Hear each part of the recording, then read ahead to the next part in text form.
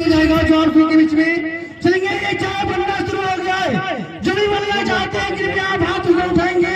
हम जगह आपको नाम पूछेंगे, कृपया आप नाम बताएंगे। चाय का बोली को शुरुआत कर दिया गया है। एक बार बच्चे ने जोरदार कर देंगे 400 के बीच में। ये सर के ऊपर चाय बन रही है। जो दिख रहा है कि हमारे सबसे पहला भैया कौन चाय का बोली बोल रहे हैं। जी ऐसा देखेंगे चाय का बोलना है। देखेंगे 1 रुपए का चाय बनना चालू हो चुका है। लेकिन इतनी बड़ी महफिल में, इतनी बड़ी भीड़ में कौन ऐसे भाई, कौन ऐसे कलाप्रेमी पहले बोलिंग को लगा रहे। देखेंगे आपके नजरों के सामने, आपके आंखों के सामने ये देखेंगे कलाकार की कलाकारी है। चाय बनना शुरू और चालू।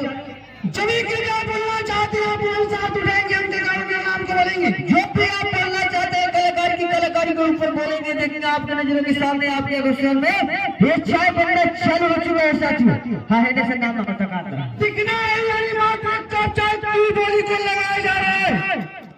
उधर से राजा चौधरी जी की ओर से बोली जा रहा है। इधर से देखिए राजा भाई की तरफ से ये 1 रुपए का बोली, यानी कि यहाँ पे स्टार्ट और शुरू और चालू हो चुका है।